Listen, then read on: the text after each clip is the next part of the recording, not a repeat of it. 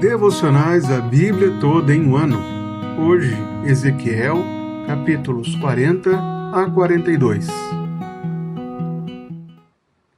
Os capítulos 40 a 42 de Ezequiel marcam uma nova seção no livro.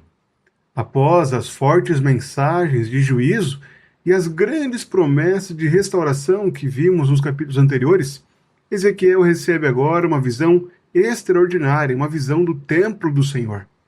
Essa visão começa no capítulo 40. No ano 25º do nosso exílio, no princípio do ano, no 10º dia do mês, tive uma visão, e eis que me levaram à terra de Israel e me colocaram sobre um monte muito alto. Sobre ele havia como que uma estrutura de cidade ao sul. Esse monte muito alto contrasta com o local do templo de Salomão, que estava em Jerusalém. A partir do verso 3, um homem com aparência de bronze aparece e começa a medir a cidade. Isso nos lembra de 1 Reis capítulo 6 e 7, onde Salomão também mandou que medissem detalhadamente o templo. Mas aqui, em Ezequiel, a ênfase vai muito além da arquitetura. Não se tratava apenas de seguir a ordem do Senhor quanto à construção do templo, o construindo exatamente como Deus mandou, mas sim o símbolo teológico que cada medida apresentava: a ordem, a santidade e a separação.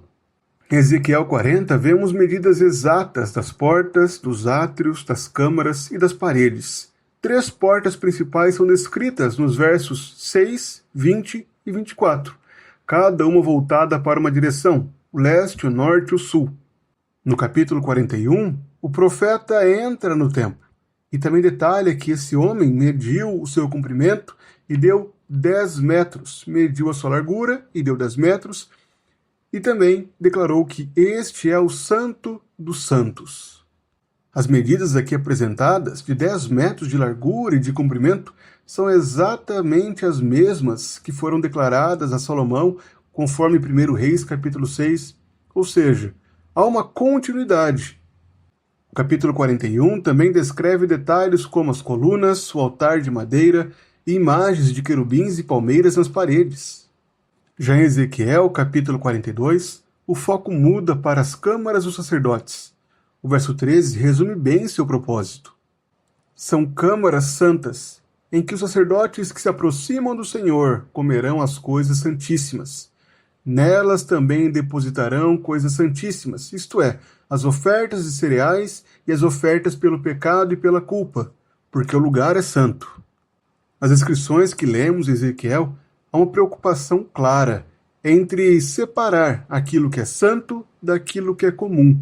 Há a separação daquilo que pertence ao Senhor da vida comum externa ao templo. Essa separação da santidade é justamente o propósito da visão que Ezequiel recebe. A conclusão do capítulo 42, no versículo 20, afirma: assim ele mediu a área pelos 4 lados. Havia um muro ao redor de 250 metros de comprimento e 250 metros de largura, para fazer separação entre o santo e o profano. Embora houvesse uma continuidade, mantendo o Santo dos Santos com as mesmas dimensões dadas a Salomão, há agora essa grande separação. No Templo de Salomão, o próprio povo tinha acesso à área do pátio externo. Havia, claro, lugares santos, mas o povo tinha um maior acesso ao templo do Senhor. Porém, essa proximidade se tornou algo vulnerável a Israel, tanto que levou o povo a se dobrar a outros deuses e a contaminar o templo do Senhor. Quando se tornaram idólatras, trouxeram seus ídolos para dentro do templo do Senhor. A própria visão que Ezequiel teve no capítulo 8 mostrava que o povo contaminou o templo com seus ídolos. Por isso, agora no capítulo 42, o Senhor estabelece uma separação ainda maior, um grande muro que separaria o seu povo dos locais santos do templo do Senhor. Há uma separação clara entre o santo e o profano, entre aquilo que o Senhor dedicou a ele e aquilo que é comum ao povo. Desta forma, os capítulos 40 a 42 de Ezequiel trazem uma continuidade à restauração que o Senhor faria diante do seu povo. Deus dá a Ezequiel uma visão detalhada do templo e descreve, não apenas de forma arquitetônica, mas de forma teológica, mostrando que o Senhor habitaria novamente no meio do seu povo, de modo santo e ordenado, e haveria uma clara separação por conta do pecado do seu povo cometido anteriormente. O Senhor faz questão de destacar a distinção que há entre ele, um Deus santo, todo-poderoso, e o seu povo, que é pecador, mas que seria restaurado e transformado pelo Senhor.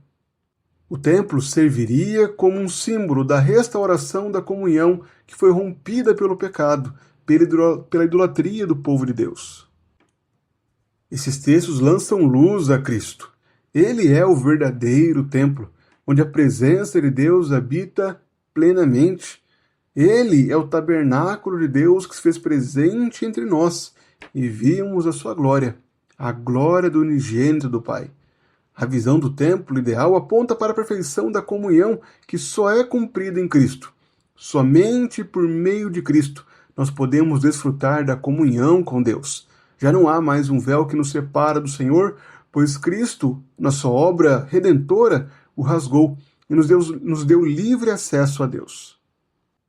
Assim, ao crermos em Cristo, ao depositarmos toda a nossa esperança nele, ao sermos feito habitação do Espírito Santo, nós agora desfrutamos de plena comunhão com Deus.